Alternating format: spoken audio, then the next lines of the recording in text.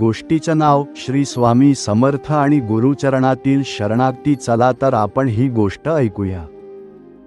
अक्कलकोटजवळच्या एका छोट्याशा गावात दत्तू नावाचा एक तरुण राहत होता. गरीब शेतकरी कुटुंबात जन्मलेला दत्तू मेहनती, प्रामाणिक होता, पण आयुष्याने त्याच्यावर सतत कठोर परीक्षा घेतल्या. वडिलांचे अकाली निधन, आई आजारी, कर्जाचा डोंगर आणि शेतीला दुष्काळाची साथ.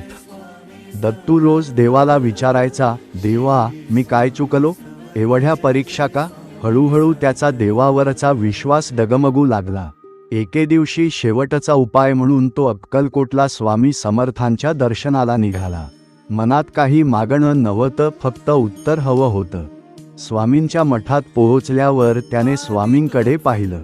स्वामी शांत, तेजस्वी पण भेदक नजरेने त्याच्याकडे पाहत होते. स्वामी अचानक म्हणाले, काय रे, अजून किती ओझं पाठीवर घेऊन फिरणार? दत्तू गहिवरला. तो स्वामींच्या चरणांशी कोसळला. स्वामी, आता काहीच उरलेलं नाही. सगळं तुमच्यावर सोडलंय. माझं आयुष्य, माझं दुःख, माझं सुख, सगळं तुमचंच. त्या क्षणी दत्तूच्या मनात एक विलक्षण शांतता पसरली. त्याने ठरवलं, आता मागणं नाही, तक्रार नाही, फक्त गुरुचरणी शरणागती.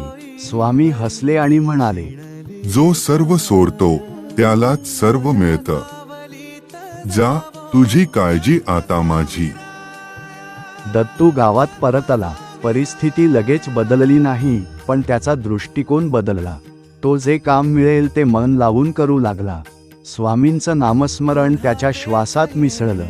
हळूहळू चमत्कार घडू लागले. आईची तब्येत सुधारली, कर्ज फेडण्याचा मार्ग सापडला, शेतीत पाणी आलं. एक दिवस तो पुन्हा अक्कलकोटला गेला. स्वामींना नमस्कार करतात स्वामी म्हणाले, आता काही मागायचं आहे का?